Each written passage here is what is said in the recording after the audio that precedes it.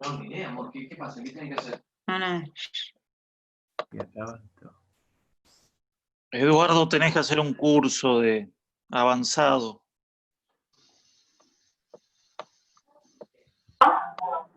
Llave de conocimiento. ¿por?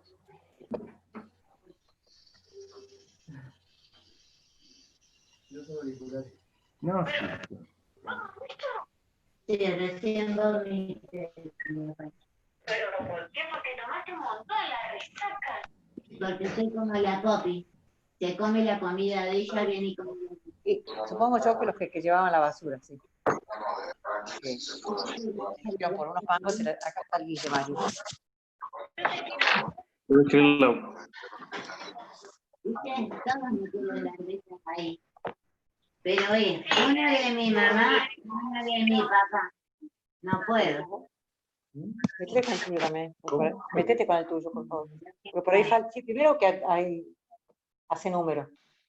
Y después que...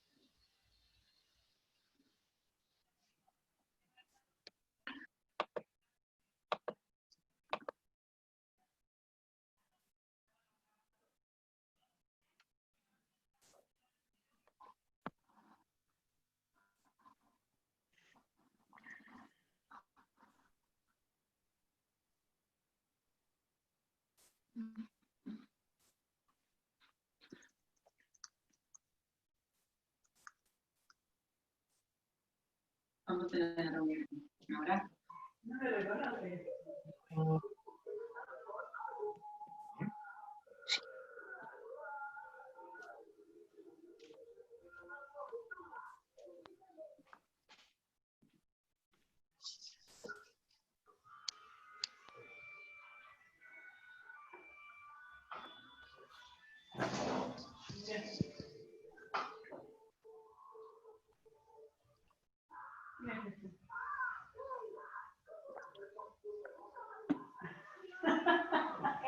¿Quién es esta nena? Joaquina. Papá. Papá. No le quiero ver. No quiero decir esto. Papá, te digo una cosa. Hola, ¿qué tal? Buenas noches a todos los que van ingresando.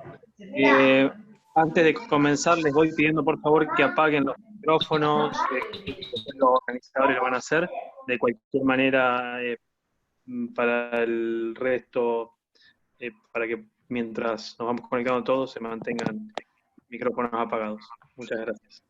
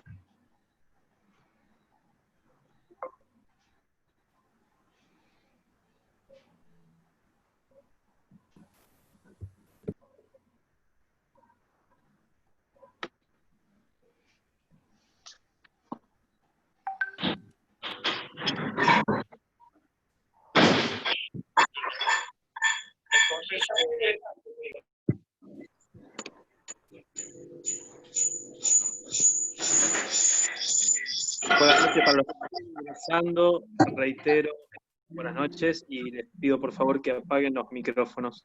Muchas gracias.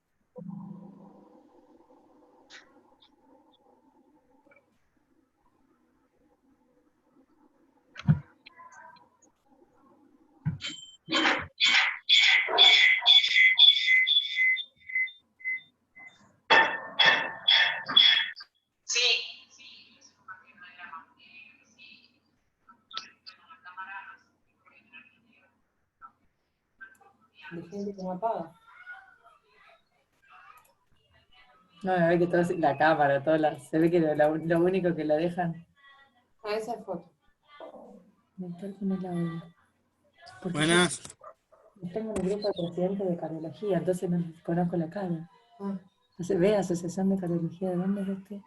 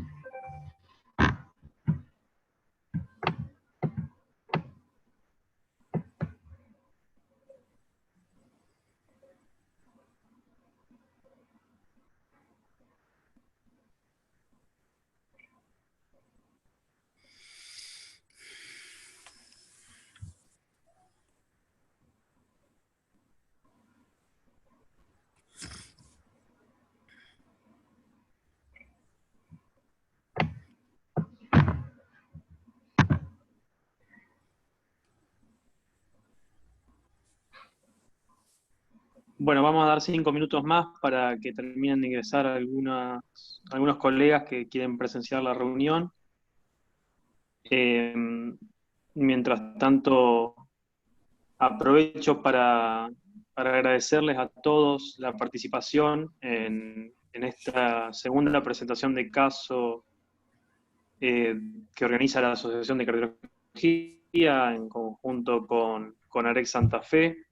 Desde la asociación, en el contexto actual, bueno, el continuar con las actividades, tanto actividades científicas como de gestión, pero bueno, la verdad que gracias al trabajo de la comisión y de mucha gente y socios que colaboran con la comisión, venimos logrando continuar y mantener el volumen y el nivel de actividad, también siguiendo los lineamientos de la Federación Argentina de Cardiología, que se propuso en este contexto continuar ofreciendo actividad científica de calidad que, bueno, por fortuna, gracias a la tecnología, puede llegar a todos sus socios. Así como estamos haciendo estas actividades de presentación de casos en conjunto con AREC Santa Fe, continuamos con el curso de actualización y perfeccionamiento bianual que se dicta con carácter obligatorio para todos los residentes de Santa Fe. También hacemos actividades extra con colegas de diferentes asociaciones y en conjunto y organizadas también con la Federación Argentina de Cardiología. Bueno, creo que podemos ir dándole comienzo a la actividad que hoy nos convoca. Les agradezco nuevamente a todos por su participación. Ahora en breve vamos a explicar un poco la modalidad que vamos a tomar para la actividad de esta noche. Y bueno, agradezco a los panelistas, los expertos que nos acompañan el día de hoy, que seguramente nos van a enseñar mucho. Continúa ahora la doctora Fiamma Caimi para presentar en particular la actividad del día de hoy. Saludos para todos. Hola, buenas tardes. Bienvenidos a la segunda jornada de cardiología, como dijo el doctor, organizada de forma conjunta con AREC, con la Asociación de Santa Fe. Hoy vamos a presentar un caso clínico con actualización del tema, que se titula Dolor precordial de etiología típica. Nuestra disertante es la doctora Brenda Filipón, residente de segundo año del Sanatorio Santa Fe de la ciudad de Santa Fe. Y tenemos un panel de expertos constituido por el doctor Sebastián García Zamora, es médico cardiólogo del Laboratorio de Cardiodiagnóstico e Investigaciones Médicas de la Ciudad de Buenos Aires, el doctor Guillermo Cursac, médico cardiólogo del Sanatorio Esperanza, el doctor Guillermo Ponce Estel, médico clínico y reumatólogo del Instituto Cardiovascular de Rosario y el Centro Regional de Enfermedades Autoinmunes y Reumáticas CREAR, y el doctor Javier Cabalasca, médico reumatólogo del Hospital Iturraspe de la ciudad de Santa Fe. La modalidad un poco para trabajar ordenados es que vamos a mantener apagados los micrófonos de todos los participantes durante la charla, solo van a estar activados los de panelistas, y se puede durante toda la presentación hacer preguntas a través del chat, que después las vamos a ir contestando.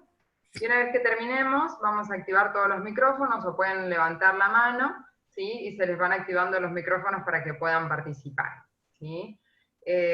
Y a manera de aviso, para todos aquellos que no puedan, por los horarios y demás, ver las presentaciones, van a estar las clases grabadas en el canal de YouTube de la Asociación de Cardiología para que las puedan volver a ver, ¿sí? Sin más, para no quitarles más tiempo, la doctora Brenda Filipón, no sé si estás por ahí, Brenda, así empezamos la presentación del caso. Muchas gracias.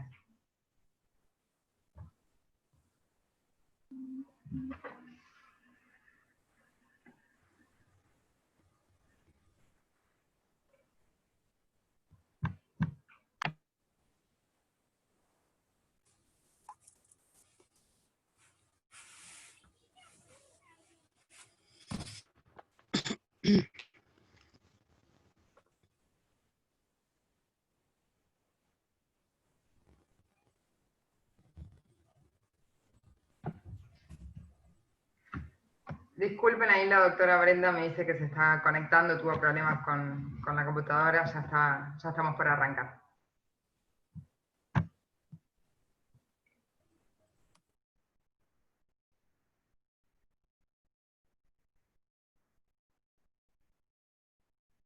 Bueno, aprovecho este bache para darles una primicia que va a ser la continuidad de los simposios anuales que venimos realizando desde el año 2018.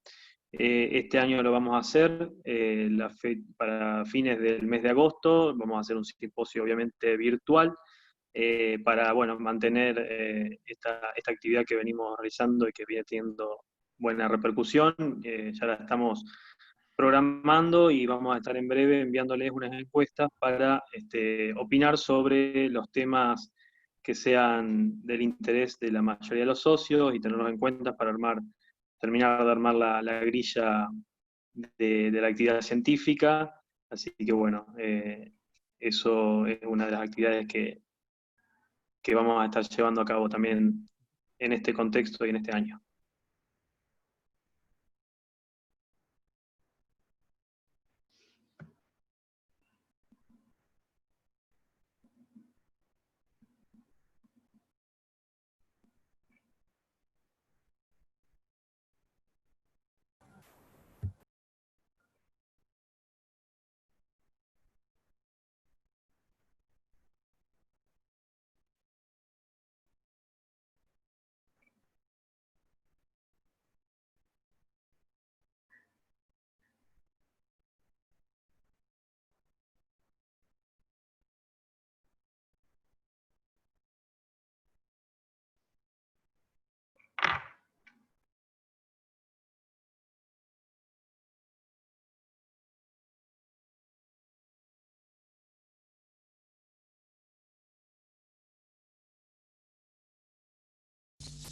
Hola.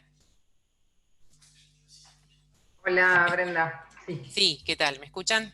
Sí, se escucha bien. Bien, perfecto. Disculpen la demora. No hay problema.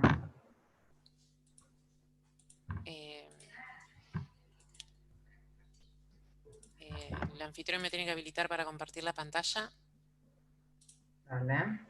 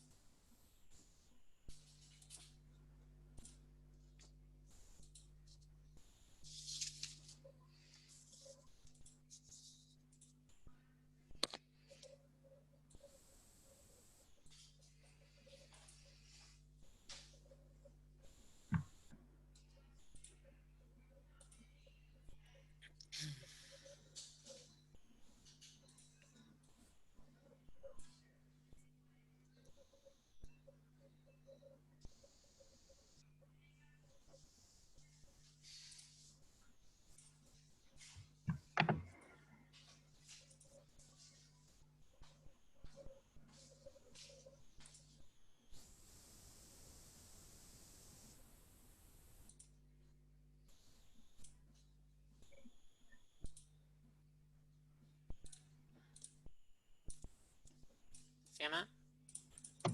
Sí, estoy acá. Sí, no me dice que todavía me tienen que habilitar para compartir pantalla, por eso no. Sí, no nos aparece tu solicitud. Estamos tratando de solucionarlo. Dale, dale, no hay problema.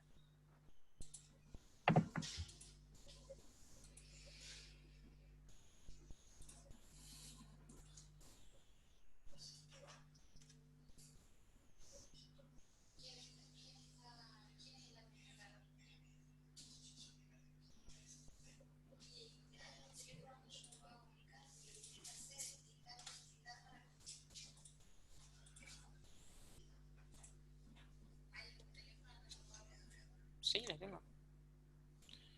Pasa que ya está conectada.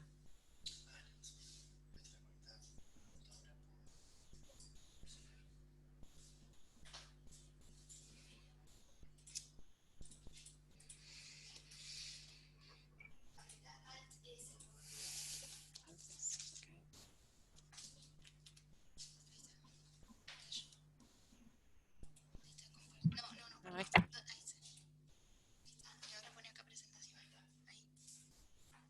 Bien, ¿pueden verla? Perfecto, bárbaro. Bien, buenas noches, soy la doctora Filipón, residente del segundo año de cardiología del Sanatorio Santa Fe.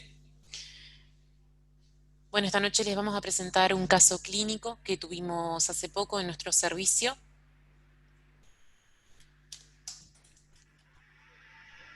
El caso se trata de una mujer de 41 años con antecedentes de hipotiroidismo. También tuvo antecedentes de diabetes gestacional y 2 abortos espontáneos con diagnóstico de embarazos anembrionados. Ella estaba medicada únicamente con levotiroxina. El motivo de consulta de esta paciente al servicio fue dolor precordial con hipertensión. Bueno, la paciente consulta por guardia central por un cuadro de 72 horas de evolución de dolor precordial que la despertó por la madrugada. Refirió que el dolor era centrotorácico, opresivo, de intensidad 8/10, en clase funcional 4, sin irradiación y en contexto de hipertensión arterial con una sistólica de 180. Refirió que el dolor duraba pocos minutos y cedía espontáneamente, se repitió varias veces durante esos 72 horas y ante la falta de cese del cuadro, la paciente decidió consultar a la guardia. Cuando la conocimos, la paciente estaba hipertensa, en el miembro superior derecho una TA de 190/100 y en el miembro superior izquierdo de 150/100. El resto de los signos vitales se encontraban conservados. En el examen físico cardiovascular encontramos los ruidos normofonéticos, un soplo sistólico aórtico 2/6 sin irradiación, con ritmo regular. Y para destacar, en el miembro superior izquierdo encontramos un pulso radial filiforme. El resto del examen físico de la paciente era normal. Este es el electro de ingreso de la paciente, un electrocardiograma en ritmo sinusal, con una frecuencia cardíaca a 75 latidos por minuto, con un eje aproximado en +20, tiene un QRS angosto, un PR de 160, impresiona hipertrofia ventricular, y para destacar también nos llamó la atención la escasa progresión de R que observamos hasta B3.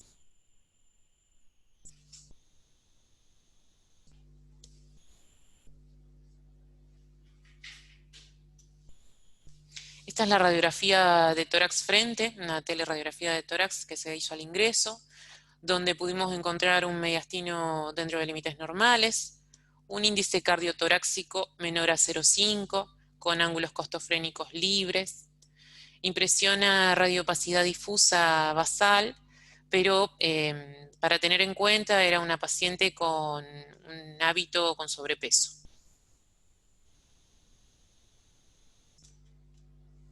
En el laboratorio de ingreso encontramos que la paciente tenía una anemia microcítica hipocrómica.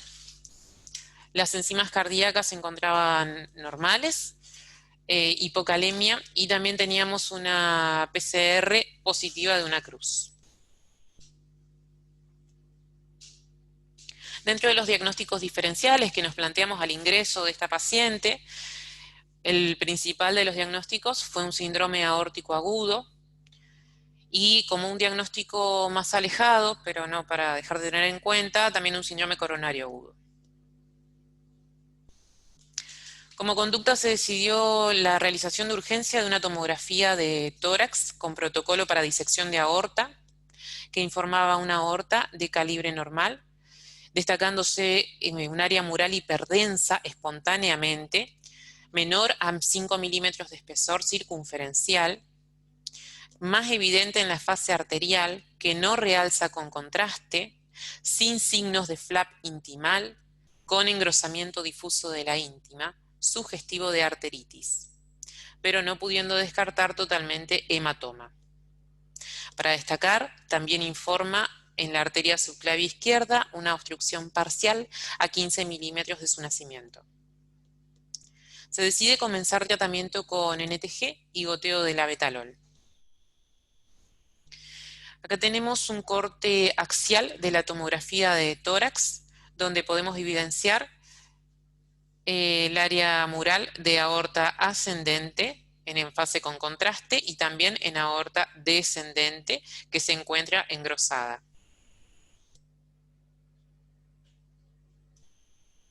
Se realizó un ecocardiograma que informaba un ventrículo izquierdo de tamaño y función conservada, con una fracción de eyección de 71%, sin hipertrofia del ventrículo izquierdo, una aurícula izquierda no dilatada, patrón mitral normal, sin valvulopatías y sin derrame pericárdico.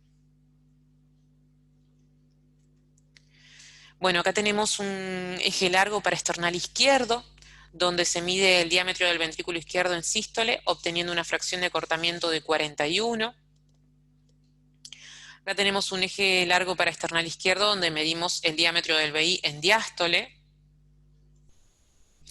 Acá podemos observar un eje largo parasternal izquierdo en modo M, donde se mide el diámetro antero-posterior de aorta, que es de 3,15, y de aurícula izquierda, que es de 3,73. Una vista apical 4 cámaras, que mide patrón transmitral.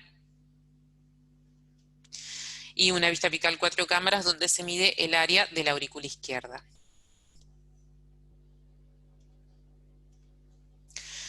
La paciente evolucionó hemodinámicamente estable, comenzó tratamiento vía oral con 4 drogas antihipertensivas para el control de su TA. Entre ellas se encontraban valsartán, amlodipina, hidroclorotiazida y atenolol. Durante la internación en coronaria, la paciente continuó con episodios de dolor precordial, de tipo opresivo, de aproximadamente 10 minutos de duración que cedían espontáneamente. Se decidió solicitar una angioresonancia de vasos de cuello y aorta para valorar los vasos del cuello de esta paciente. Estas imágenes informaron en T1, en T2 y en STIR, engrosamiento parietal difuso, decallado, aorta ascendente, descendente, troncos arteriales supraaórticos, edema intimal y de grasa periaórtica, especialmente a nivel de aorta descendente.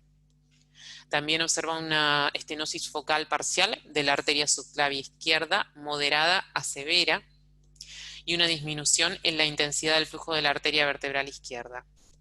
Todo esto sugestivo de arteritis.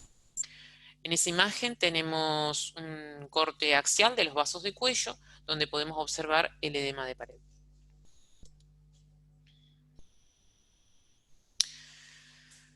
Como no pudimos esclarecer el diagnóstico a través de la tomografía, decidimos profundizar los métodos complementarios con una resonancia magnética de tórax, que, bueno, se informó una aorta de calibre normal, con incremento circunferencial difuso parietal, que compromete al trayecto ascendente, callado y descendente intratorácico.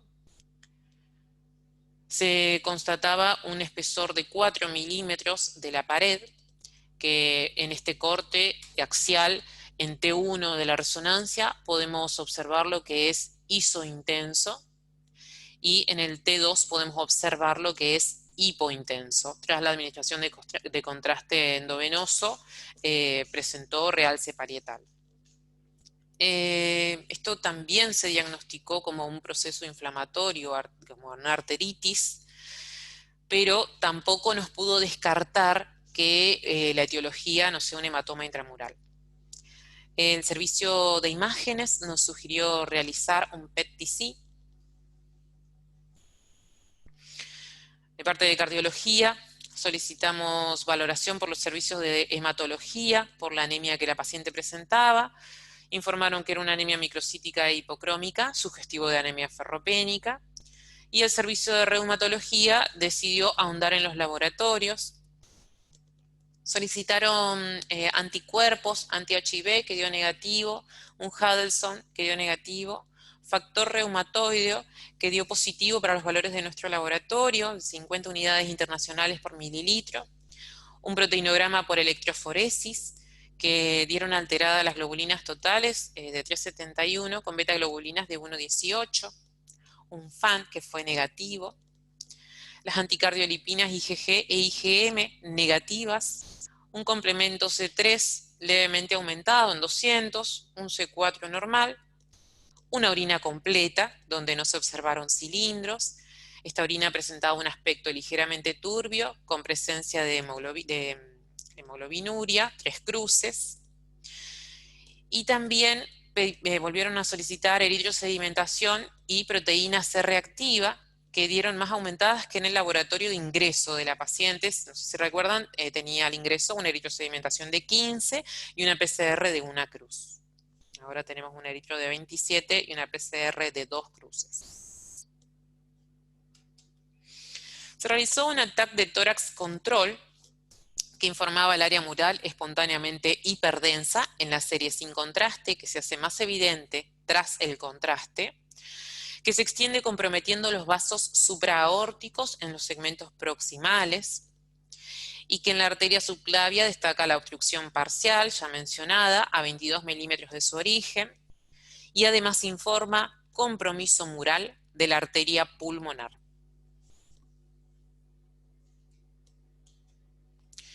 Acá tenemos un corte axial de la tomografía de tórax, donde podemos observar el edema de pared de aorta ascendente, descendente, como ya lo vimos en la tomografía anterior, y también podemos observar el edema de la pared de arteria pulmonar.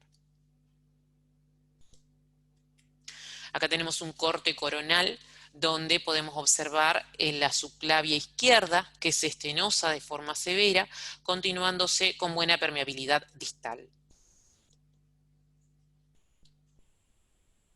Se decidió realizar la 18-fluorodesoxiglucosa PET-TC, donde se informó una hiperdensidad sin actividad metabólica en pared aórtica, en porción ascendente, en nivel del arco aórtico y en su porción descendente, sin lesiones con hiperactividad del radiotrazador que sugiera procesos inflamatorios o infecciosos.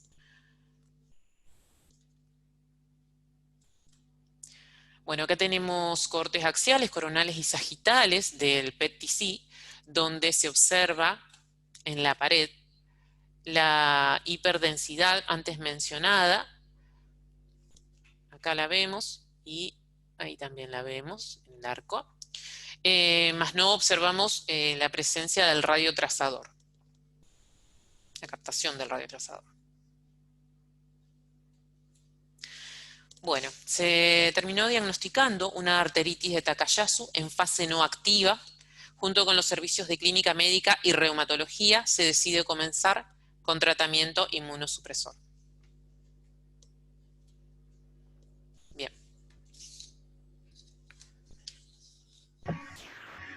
Bueno, muy bien. Muchas gracias, Brenda. Queríamos abrir a los comentarios desde el panel de expertos antes de ir a la revisión, ¿sí? Invito al doctor García Zamora si tiene algún comentario para ir empezando. Bueno, buenas noches a todos. Gracias por la invitación. Primero que todo, felicitar. Creo que el caso es muy interesante y estuvo muy bien presentado y creo que realmente se pueden hacer muchas discusiones por ahí. Volviendo, si querés, al electro que vos mostrabas, una paciente que viene con dolor de pecho, que digamos, la característica, por lo que cuentan, parece no típica, pero bueno, la enfermedad coronaria siempre hay que pensarla. Es cierto que tenía lenta progresión de R, sobre todo B1, B2, B3 no tanto. Lo vi al doctor Busaniche, él no se acuerda, pero es quien me enseñó electro a mí. Uno pensaría que si esto es secuela, el electro es realmente muy angosto. No, la verdad es que parecía una cuestión de eje y de hábito de la paciente. En la radiografía no se le ve nada, y el hecho de que uno no vea nada, que no vea una aorta desenrollada, agrandada, eso es lo primero que nos tiene que llamar la atención, sobre todo cuando uno está pensando en un síndrome aórtico agudo, porque la probabilidad de que un paciente tenga un síndrome aórtico agudo de causa aterosclerótica es prácticamente nula cuando la aorta es normal o cuando no supera los 35 milímetros.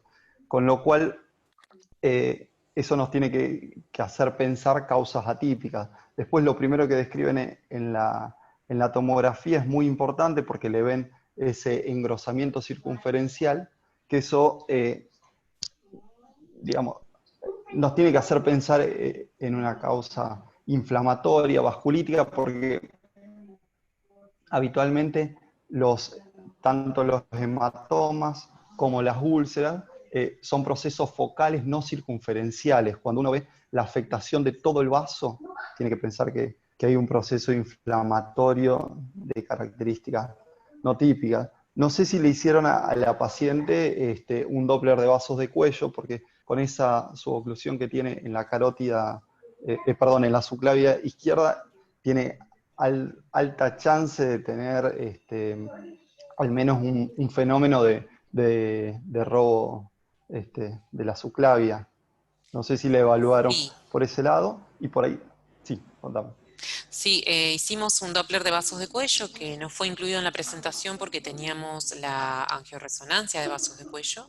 Ese vaso de cuello nos informa una íntima media de carótida común izquierda de 19 milímetros, de carótida común derecha de 23, con una obstrucción severa de la subclavia de 3.4 milisegundos. Perfecto, ahí te informó la velocidad. Y no te decía nada de las vertebrales, de la vertebral izquierda, concretamente. No. Okay. Sí, a veces, no siempre es fácil ver las vertebrales, pero porque el vaso está más lateral hacia afuera, pero es muy probable que lo tenga, y uno incluso, según el patrón que ve en el flujo vertebral, que uno esperaría que se vea invertido. Digamos, si vemos la carótida que se pinta de rojo, uno esperaría ver pintarse o de rojo y azul la vertebral, o todo azul si ya es un robo completo. Eso por ahí te orienta desde el Doppler a pensar cuál es el grado de obstrucción sin necesidad de llegar a ver el origen de la subclavia, porque es bastante complejo del lado izquierdo. Del lado derecho se puede. Y bueno, no sé, escucharía a otros antes de seguir monopolizando la palabra. Muchas gracias, Sebastián. Invito a ¿Alguien más del panel? ¿El doctor Cabalasca?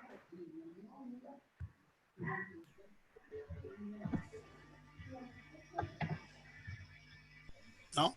Doctor, no se le escucha. ¿No? Ah, ahora sí, ahora sí.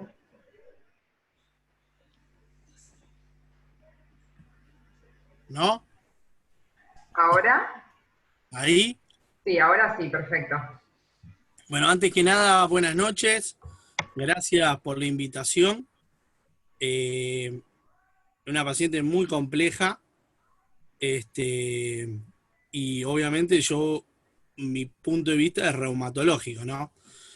La paciente reumatológicamente por lo menos cumple criterios para Takayasu.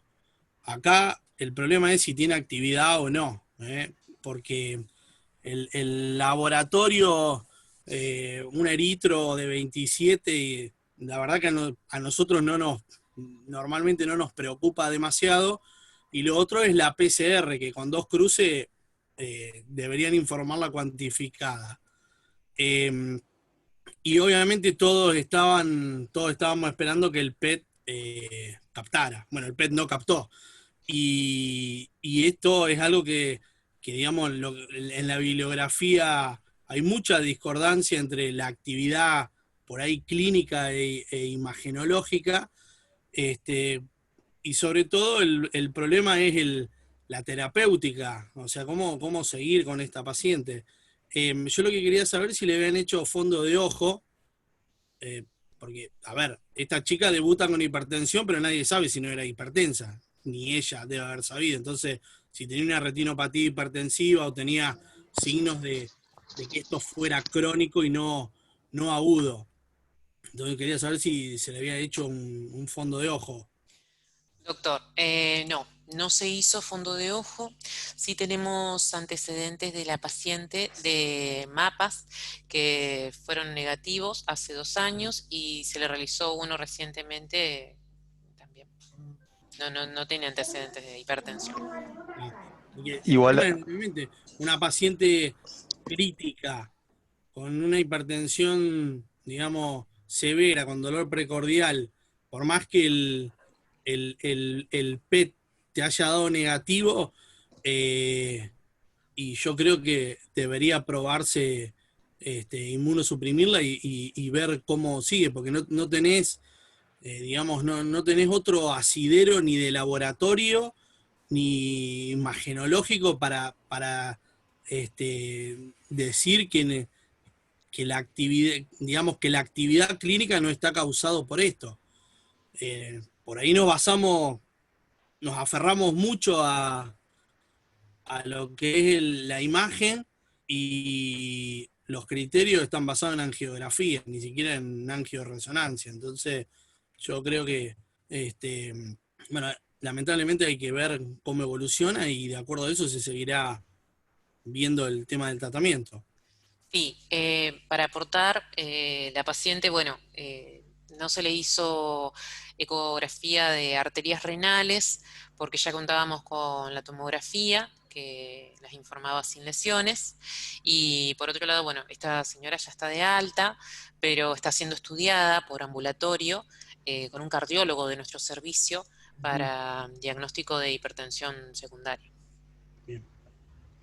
sí, igual, doctor, respecto a lo que usted planteaba, por ahí como cardiólogo yo le diría, tenemos algunos elementos que nos hacen pensar que no debería ser una hipertensa de larga data, porque mostraron las imágenes del eco, aparte de describirlo, donde no tiene dilatación auricular izquierda, no tiene hipertrofia, el electro también es concordante, con lo cual en cuanto a sensibilidad, digamos, hoy se sabe que el ecocardiograma es incluso más sensible que la retinopatía, porque si bien retinopatía hipertensiva en grado avanzado tiene una correlación interobservador que puede llegar al 0,7, 0,8, los grados leves tienen una alta correlación interobservador, y es muy poco probable que un paciente tenga retinopatía hipertensiva y que no tenga dilatación auricular, que no tenga dilatación de la raíz aórtica o no tenga hipertrofia ventricular. Con lo cual yo iría en línea de lo que usted dice, como cardiólogo diría, la hipertensión empezó ahora y pensaría que esta arteritis de Takayasu probablemente está clínicamente activa, si bien el PET no lo mostró. Yo no hago PET, hago imágenes, pero no PET, así que no puedo hablar de falsos negativos, pero digamos, todos los métodos tienen falsos negativos y a veces hay cuestiones técnicas que nos pueden llevar a errores, con lo cual yo no diría que la paciente no está activa solo porque el PET no captó. Bien, invito al doctor Ponce Estel Guillermo, al doctor Cursac a participar. Bueno, muchísimas gracias a toda la Sociedad de Cardiología de la provincia de Santa Fe por la invitación. La verdad que es muy interesante el caso. Adhiero básicamente con lo que ha planteado Javier desde el punto de vista reumatológico. Llaman la atención quisiera hacerles dos o tres preguntas. Una era, básicamente, y yendo con lo que dijo Javier del tema de hacer un fondo de ojo, otra conducta también que uno se plantearía es también hacer una OCT, dado en el caso, en la sospecha de que esta paciente tenga una arteritis de Takayasu, ya que también puede afectar la arteria central de la retina, y no solamente por el tema de la hipertensión, sino también por el compromiso de las arterias retinianas. Sería interesante el fondo de ojo, y por ahí también una OCT del ojo. Preguntas, era, básicamente entiendo que si no se han mencionado es porque no lo tenía, pero dolor articular, la presencia de dolor o palpación en las carótidas, en las temporales, el tema de claudicación en el miembro superior. ¿Algún otro síntoma venía presentando esta paciente previamente a que debute con el dolor torácico? Y esto No, lo voy a doctor. preguntar... No. No, siga, perdón, disculpe. No, perdóname. Esto lo preguntaba básicamente por la edad de debut. Es que llama la atención, es justo una paciente que está en una edad de debut para cualquiera de las vasculitis de grandes vasos, que está justo en una parte intermedia que no es ni la edad frecuente, por ejemplo, de una arteritis de Takayasu, ni tampoco es la edad frecuente del diagnóstico diferencial más grande que podríamos llegar a hacer, que podría ser la arteritis de célula gigante, que también podría comprometer grandes vasos, como puede ser el Takayasu. Entonces, por eso, principalmente, estos datos del examen físico, que por ahí a veces a los reumatólogos nos ayudan un poquito a discernir un poquito si puede haber actividad a nivel de otros órganos y si puede haber algún otro síntoma que ayude un poquito. Síntomas constitucionales, fiebre, pérdida de peso, ¿algún otro dato? No, la paciente, bueno, como les mencioné antes, tenía un índice de masa corporal de 25, no tuvo pérdida de peso en el último tiempo, se hicieron el examen físico orientado a diagnosticar una arteritis de Takayasu en fase activa, en fase aguda, no manifestó cefaleas, la palpación de temporal y fue negativa, la manifestación de dolor carotídeo también fue negativo, y lo que sí, que lo mencionamos en el examen físico de ingreso, que nos pareció muy relevante, fue el tema del pulso radial de miembro superior izquierdo, que estaba casi ausente. Perdón, no quiero interrumpir, ahí la doctora Cecilia Costa mandó por el chat que ella la vio la semana pasada y la paciente no tenía ningún síntoma sistémico. Perfecto. No, esos datos son, la verdad que eso, la diferencia de tensión arterial nos hace pensar claramente, y como dijo Javier, aporta mucho a los criterios que nosotros usamos de clasificación, aunque no sean diagnósticos, muchas veces lo utilizamos también como para orientarnos en el diagnóstico. Igualmente dejaría planteado un par de diagnósticos diferenciales. El tema de la pérdida de embarazo es llamativo, el tema de que tenía, si no me equivoco, en algún momento una BDRL positiva. Yo sí valoraría la posibilidad de pedirle a esta paciente anti-beta 2, aunque las cardiolipinas sean negativas, anti-beta 2, anexina 5, hay algunos casos que se puede dar concomitantemente síndrome antifosfolipídico con un Takayasu. Preguntaría a ver si tenía úlceras orales por el tema del BSEC. El BSEC es otro de los grandes diagnósticos diferenciales, probablemente no muy frecuente acá en Argentina, igual que tampoco es muy frecuente el Takayasu. La verdad que son poquitos los casos que vemos, inclusive como reumatólogos nos encontramos muy infrecuentemente con un caso de Takayasu. Así que, y el tema de micobacterias, que por ahí algunas enfermedades infecciosas también podrían llegar a ser un poquito el diagnóstico diferencial. Pero bueno, fuera de eso creo que la mayoría fue cubierto. Bien, muchas gracias. El doctor Cursac quiere hacer algún comentario. Sí, primero, buenas noches a todos. Realmente felicitaciones a la doctora Filipón por la presentación. Muy detallado, sobre todo el examen físico, que es muy importante para los residentes y para todos nosotros. En estos casos, fíjense que yo pensaba un poco, cuando nosotros vemos estos casos poco frecuentes, nos preguntamos cuántos diagnósticos realmente no hacemos en el día a día, en nuestra práctica diaria, de todos los dolores precordiales que vemos, ¿no? Y cómo algunos datos menores, como la diferencia de pulso, pueden ser lo que realmente haga que al paciente lo dejemos o lo empecemos a estudiar un poquito más. Y relacionado con eso, es muy importante los protocolos, ¿no? Creo que la mayoría de los centros de Santa Fe trabajamos con un protocolo de dolor que hace que los pacientes al menos le hagamos electroseriado, un laboratorio y una placa de tórax, y eso nos ayuda un poco a que no se nos escapen estos casos que son un poco raros. Así que he dado un valor muy importante a los protocolos, porque si bien no es tan sencillo llegar a un diagnóstico de Takayasu, algunos datos siempre son anormales y nos orientan a que el paciente tiene algo cardiológico y no lo tenemos que mandar a su casa en términos generales. Así que bueno, felicitaciones por el caso y sobre todo valorar los protocolos de trabajo de las instituciones que siempre nos hacen mejorar la sensibilidad y especificidad. Y un dato no menor es el tema de las troponinas en estos pacientes, ¿no? Todos vemos muchísimos pacientes con dolor y la CPK, que sé que ustedes la utilizan, tiene realmente una baja sensibilidad para muchos cuadros cardiológicos agudos, y deberíamos intentar que la mayoría de las instituciones tengan troponina para screening de dolores precordiales. Nada más. Bueno, muchas gracias. Si no hay ningún otro comentario, vamos a seguir con la revisión de la doctora Filipón del tema. Brenda.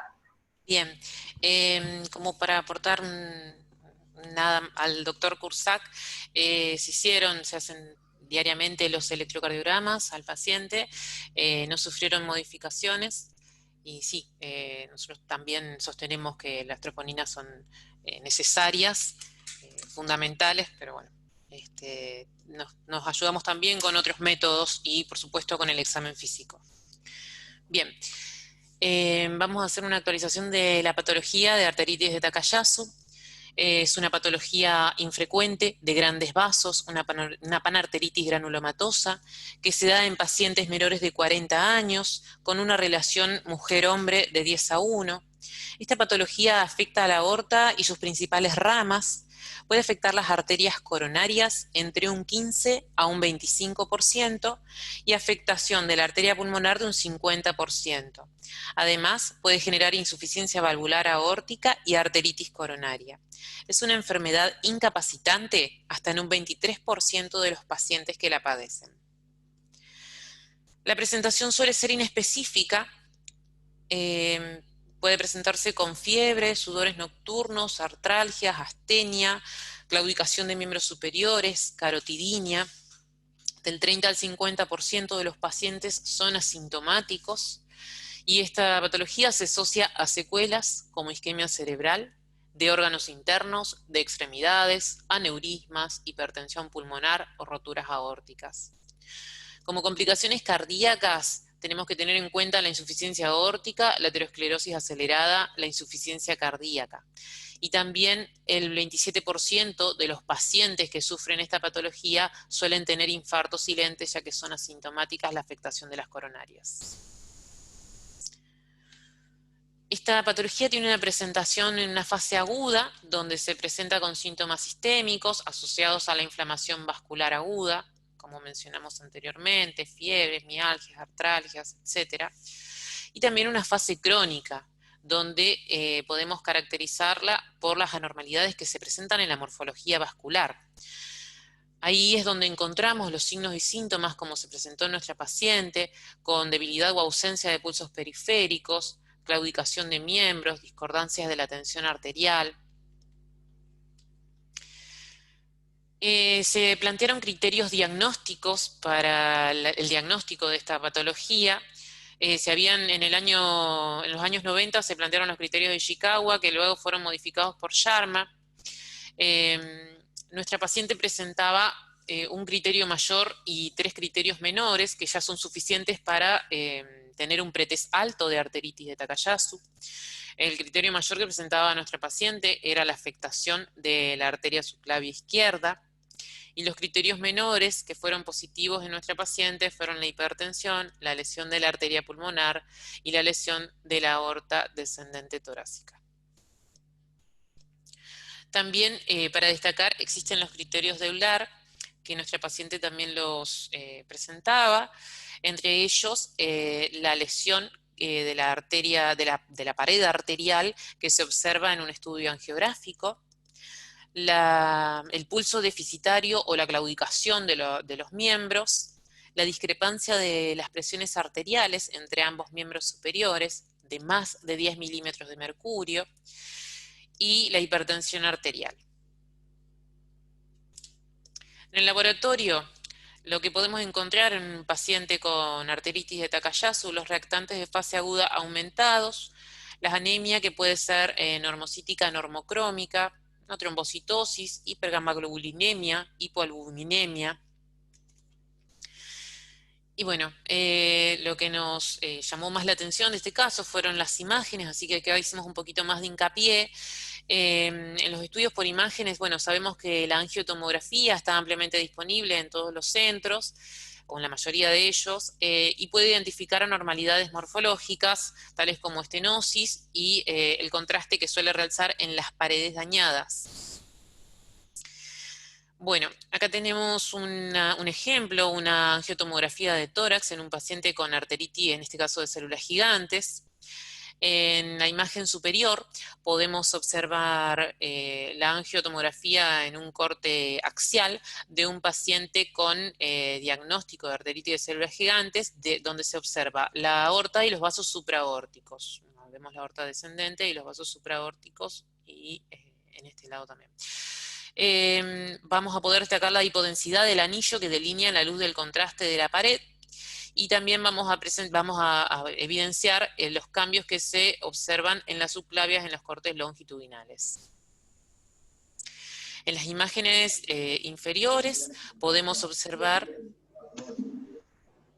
en un corte axial de una angiotomografía de una mujer de 76 años con arteritis de células gigantes. En el cuadro A podemos observar cómo realza la pared de la arteria, y en el cuadro B es la imagen post-tratamiento de la misma paciente, donde ya no se evidencia la pared enferma de la arteria. La ultrasonografía es una herramienta muy útil en la detección de las lesiones carotídeas, con una alta sensibilidad, un 90% y especificidad del 91% para las lesiones estenóticas. Junto a la resonancia magnética evidencian alteraciones morfológicas, no requieren irradiación, y además la resonancia magnética evidencia la inflamación de la íntima. El 18-fluorodesoxiglucosa PET-TC es el único capaz de detectar la inflamación de la pared tempranamente en el proceso de enfermedad, previo a la producción de alteraciones morfológicas, siempre que el paciente no sea sometido a un tratamiento inmunosupresor. Además, permite realizar el seguimiento del progreso de la enfermedad. Bueno, acá tenemos una serie de imágenes de cortes axiales de un PET-TC que se hicieron durante el tratamiento del mismo paciente en el momento diagnóstico, a las 3 semanas y a los 3 meses. Es una paciente femenina de 26 años con diagnóstico de arteritis de Takayasu. En la imagen diagnóstica podemos ver el realce importante que se manifiesta del radiotrazador. 3 semanas luego de haber comenzado el tratamiento inmunosupresor, se ve cómo disminuye la captación, y a los 3 meses tenemos una importante disminución de la captación de la pared. Se fue la imagen.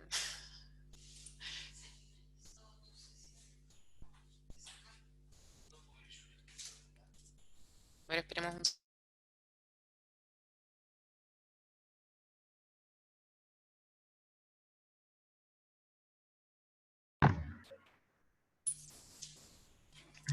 Bien, disculpen. El PET-TC evidencia a menudo un incremento difuso en las paredes aórticas y en las ramas. Esto se evidencia como un incremento en la coloración que se interpreta visualmente con la captación del hígado con lo que se compara. El PET-TC tiene una sensibilidad de un 90.9% con una especificidad de 88.8%.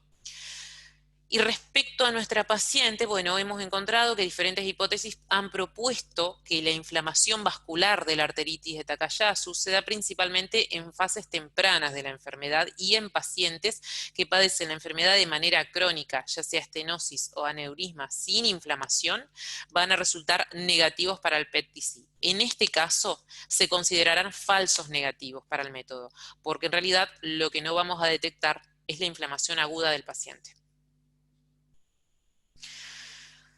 Respecto a la comparación del PET-TC versus el PET-RMI, bueno, son métodos complementarios entre sí. El primero va a proveer información acerca de la actividad de la enfermedad, mientras que el segundo informa acerca del daño vascular. El PET-TC además permite detectar otras enfermedades que causen síntomas sistémicos. Ni la resonancia ni el PET-TC evidencian lesiones coronarias de forma tan fiable como la cinecoronariografía. Las exploraciones con PET-TC son más adecuadas para evaluar la actividad de la enfermedad que la angioresonancia. Estudios de angioresonancia, sin embargo, son mejores que el PET para identificar la extensión de la enfermedad, incluyendo el daño vascular. El PET brinda información pronóstica de la enfermedad. Bueno, acá tenemos una diapositiva donde se evidencia, bueno, se muestra a una mujer de 20 años con dolor en el brazo izquierdo. La angioresonancia evidencia estenosis bilateral de carótidas, acá donde está marcado, también de subclavia. Esta paciente se diagnostica de arteritis de Takayasu, no se encuentra tratada, y en las imágenes del PET podemos evidenciar la captación del radiotrazador en todas las imágenes donde encontramos alterados en la angioresonancia. Esta es otra paciente, una mujer de 23 años. Esta chica tiene diagnóstico de arteritis de Takayasu, se encuentra con tratamiento con corticosteroides, con prednisolona. Esta paciente, bueno, el progreso de la enfermedad es evaluado con la modificación del tratamiento. En la primera imagen tenemos la captación del radiotrazador cuando la paciente es medicada con prednisolona 5 miligramos día, y en la segunda imagen aumenta la dosis del inmunosupresor y vemos cómo disminuye la captación del radiotrazador.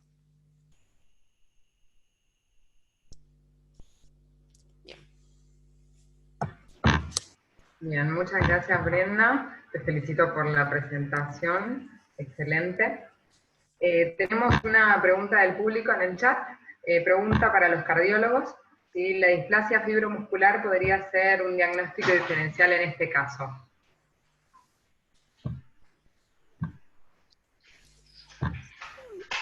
Sí, cuando uno encuentra hipertensión en un paciente joven, siempre está tentado de buscarle la causa secundaria. De todas maneras, sabemos que por arriba de los 20 años, menos del 5% de los pacientes terminan teniendo una causa secundaria. En mujeres jóvenes la displasia fibromuscular es una causa importante, pero yo creo que con las imágenes que mostraron, en este caso no sería, porque lo que mostraban de la afectación circunferencial con la afectación a nivel de aorta ascendente, aorta descendente, arteria pulmonar, no me acuerdo de qué lado, que se llama signo del halo, es bastante característico de un proceso vasculítico y, digamos, podría tener esta paciente tranquilamente afectación de las arterias renales por su vasculitis. No pensaría en este caso puntual en displasia fibromuscular, pero sí en otros casos de mujeres jóvenes con hipertensión, sobre todo con un comienzo tan agudo y con cifras tan elevadas. Bien, muchas gracias. Yo tengo una pregunta para los reumatólogos. Si esta enfermedad tiene asociación familiar, si han tenido pacientes que tengan una familia afectada. Yo en mi caso personalmente no.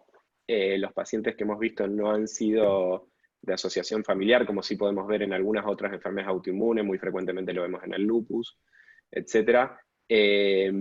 Sí, por ahí una de las cosas importantes a llamar la atención es el tema de la etnia. Siempre en estos pacientes es importante preguntar si son de una etnia más oriental o asiática, que es donde más frecuentemente suele haber esta enfermedad. Pero respondiendo básicamente y concretamente a la pregunta, por lo menos no en mi experiencia. No, yo tampoco.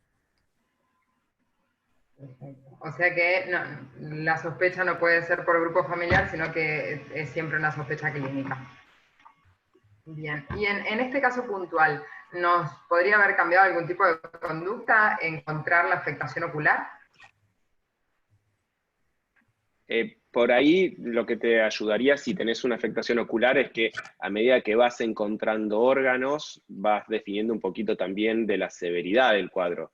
Y yo entiendo que nos va a ayudar un poquito a tomar una decisión del grado de inmunosupresión, como planteó el doctor Cabalasca al principio, del grado de inmunosupresión que vas a aplicar en un paciente según los órganos afectados y según si consideremos que básicamente esta paciente está en una etapa aguda de su enfermedad, o que básicamente, que siempre el diagnóstico diferencial más importante es definir si un paciente que está en una etapa aguda o está en una etapa crónica donde ya hay daño y realmente el inmunosupresor o el tratamiento que vamos a introducir a veces produce más daño que el propio beneficio que le va a dar al paciente.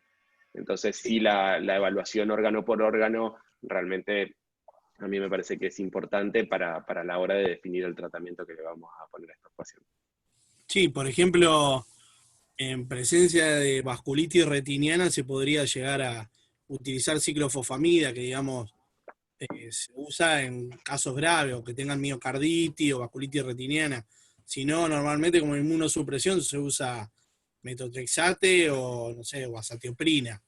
Pero la ciclofosfamida se deja para esos casos, digamos, graves. Pero bueno, digamos, a ver qué dice oftalmología. Bien, acá en el chat tenemos... Perdón, sí. No, yo justamente en línea con lo que decían...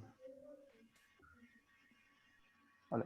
No, en línea con lo que decían los doctores, yo quería preguntar qué tratamiento le habían hecho a la paciente, porque nombraron que la habían inmunosuprimido, pero no me quedó claro, no sé si lo mencionaron, con qué, porque si bien, digamos, es cierto que daba la impresión de que no era tan activa, contaron que casi no tenía pulso en el brazo izquierdo, lo cual a mí me preocuparía un poco, siendo una paciente joven, por la secuela que le podría dejar si esto progresa.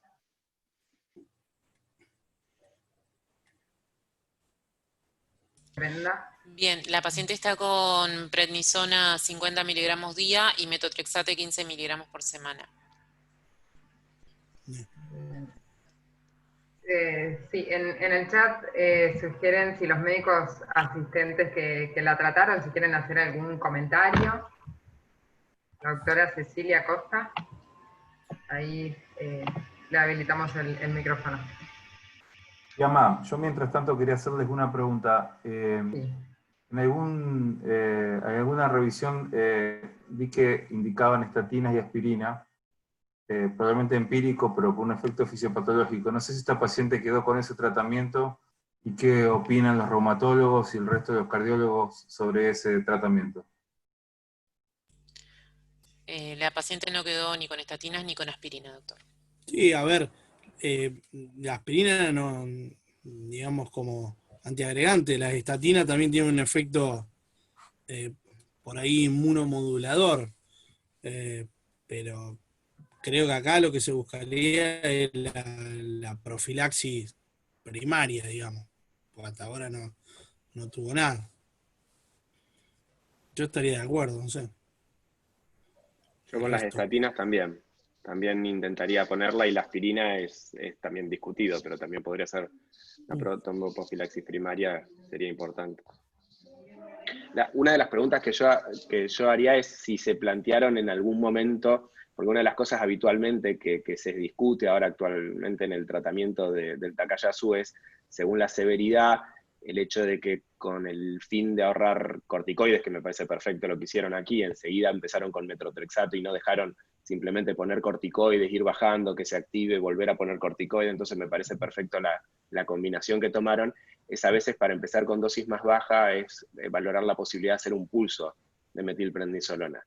Entonces por ahí uno hace un pulso de 500 miligramos de metilprednisolona por 3 días, y en vez de empezar con 1 miligramo kilo, valora comenzar con una dosis menor, de por ahí de 0,5 miligramos kilo, y evitamos un poquito el daño.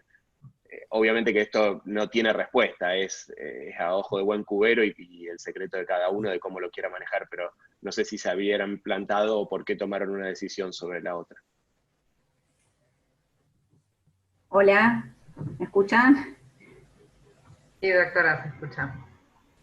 Bueno, gracias por activar el micrófono. Bueno, yo les quería comentar que empiezo a ver esta paciente que ya venía con el tratamiento esteroideo indicado. Ella tomaba en dosis partida 40 miligramos de meprednisona al día, lo cual, por mi experiencia, a mí me pareció más correcto pasar la prednisona con un ajuste de dosis a 0,5 miligramos kilo, y también le propuse hacer pulsos de corticoides, como hablaba Guillermo, por el tema de la toxicidad del corticoide. La idea es que la valore oftalmología. Ella me refiere que a mí me pareció un dato bastante importante, una disminución de la agudeza visual, particularmente del ojo izquierdo, que es donde vienen todas las lesiones vasculares, y esa disminución de la agudeza visual fue bastante progresiva en el tiempo, siempre con corrección de los lentes lo podía solucionar, pero al oftalmólogo le llamaba la atención, y hace un par de meses toda la familia tiene una conjuntivitis y quedan con una queratitis, por eso venía también con controles oculares, y el oftalmólogo ve unas pequeñas lesiones vasculares a las cuales no le da mucha importancia, pero bueno, yo ahora le hablé que en el contexto en el que estamos sería importante profundizar eso. Así que estaría esperando la valoración oftalmológica para comenzar con los pulsos y bajar la dosis de la prednisona vía oral a 20 miligramos día, y aprovechar que empieza a actuar el metotrexate para este descenso de dosis. Igualmente, desde mi punto de vista, no la veo tan inflamada, no tiene cosas sistémicas, nunca tuvo fiebre, no tiene reactantes de fase aguda. Esa anemia tiene una causa que son metrorragias que vienen hace varios años, y siempre se anemiza cuando menstrua, entonces no consideré que esté tan activa desde el punto de vista clínico, simplemente me basaría en tratar la imagen, lo cual a los reumatólogos nos es bastante chocante tratar imágenes. Pero bueno, la idea sería esa por el momento. Muchas gracias, doctora. ¿Algún otro aporte? Una de las dudas que siempre puede surgir, digo acá como para desencadenar un poquito la discusión, es cómo se plantearían todos si esta paciente vuelve a tener síntomas de claudicación, vuelve a empeorar su clínica, y hagamos de cuenta que con metotrexato no termina de ir bien, y no le podemos bajar las dosis de corticoides.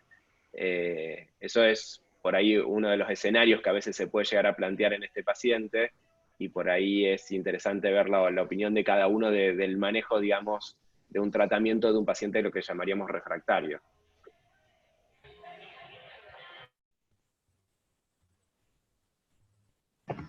A ver, en ese caso yo creo que dentro de lo posible, viviendo en un mundo ideal, hay que ponerle un biológico. Y después podemos discutir si le ponen un antifactor de necrosis tumoral alfa o le ponen tocilizumab.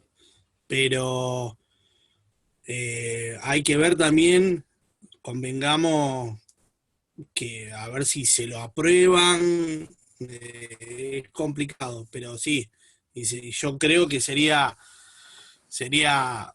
la verdad sería algo grave, que ojalá ande fantástico con 5 miligramos de prednisona y con 15 de metotrexate.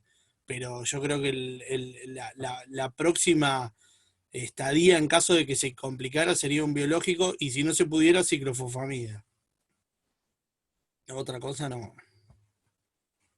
Y obviamente, digamos, la protección cardiovascular, que ya hablaron, o sea, los antihipertensivos, la estatina, la aspirina, bajar de peso.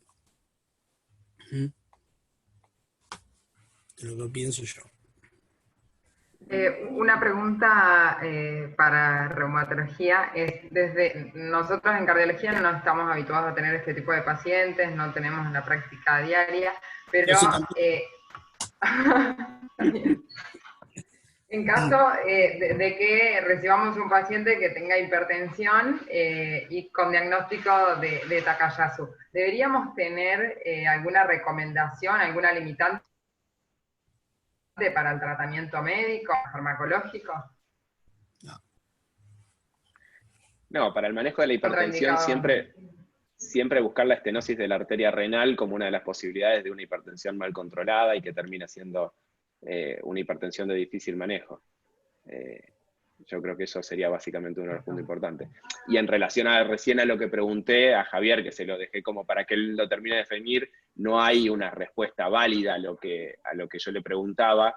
Básicamente nosotros ahora desde la Sociedad Argentina de Reumatología actualmente estamos haciendo las guías de tratamiento de las vasculitis de grandes vasos. Imagínense lo poco frecuente que es esta enfermedad, que cuando tomamos la decisión de ver qué guías hacíamos, vamos a hacer las guías de vasculitis ANCA, Wegener, Church-Strauss, etc., y vamos a hacer la de arteritis de célula gigante, pero en ningún momento consideramos hacer, por la frecuencia que tenemos en Argentina, de Takayasu. Sin embargo, cuando las hacemos a nivel de Latinoamérica, de PANLAR, que es la sociedad que incluye todos los países de Latinoamérica, mexicanos y brasileros, por eso preguntaba la etnia y de dónde venía la paciente, ellos no es frecuente, pero tienen una incidencia casi del doble de la incidencia que tenemos nosotros en Argentina. O sea, eso también es de lo importante de buscar los datos de la paciente de dónde viene.